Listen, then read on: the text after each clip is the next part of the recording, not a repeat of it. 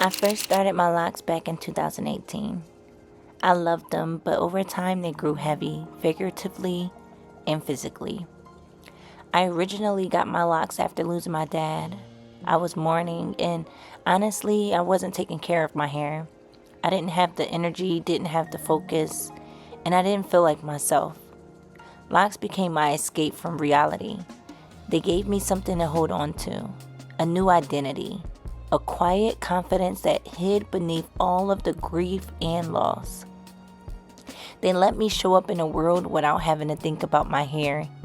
In that type of space, and that freedom, it let me focus on other parts of my life. Locks simplified one thing when everything else felt complicated. But then years later, I got engaged, and something in me felt the need to let them go, to shed that layer, to comb them out.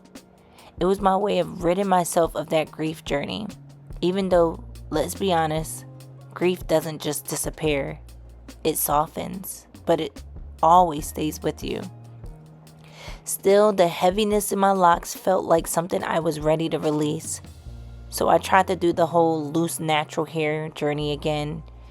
And whew, child, navigating life's ups and downs and trying to figure out what my next hairstyle was going to be, that was a whole other battle. Then life hit harder than I ever imagined. A house fire, my newborn son almost died. He was hooked up to life support. Marital struggles, postpartum, spiritual battles that tested my mind, my faith, and my joy.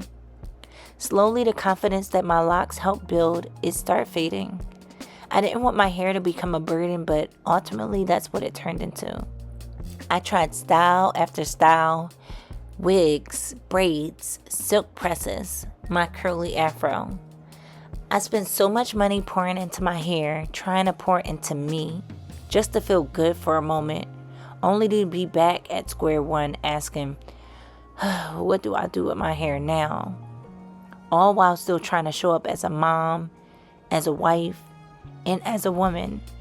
As I was still healing, I started hearing them again. My locks, they were calling me back. Softly at first, and then louder. Whispers in the mirror, memories and old pictures, a pull at my spirit. And it didn't help that my husband couldn't stop raving about how much he loved me with locks. So I finally listened. I stopped fighting it, and on July 4th, 2025, I started over. I stood in front of the mirror, detangled my hair one last time. Each stroke felt like a farewell, not just to loose strands, but to the version of me that I had been holding on to. I looked at my roots, thick, coiled, and strong. And for the first time in a while, I felt proud. Proud of what I've been through. Proud of who I was becoming. This wasn't just a style decision. This was a spiritual return. A personal homecoming.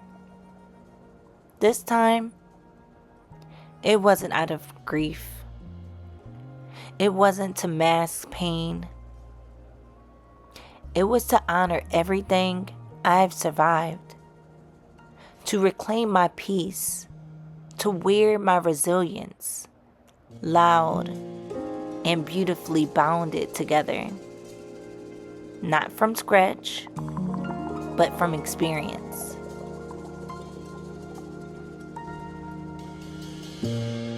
And I'm so excited for this journey. Here's to my second set of locks.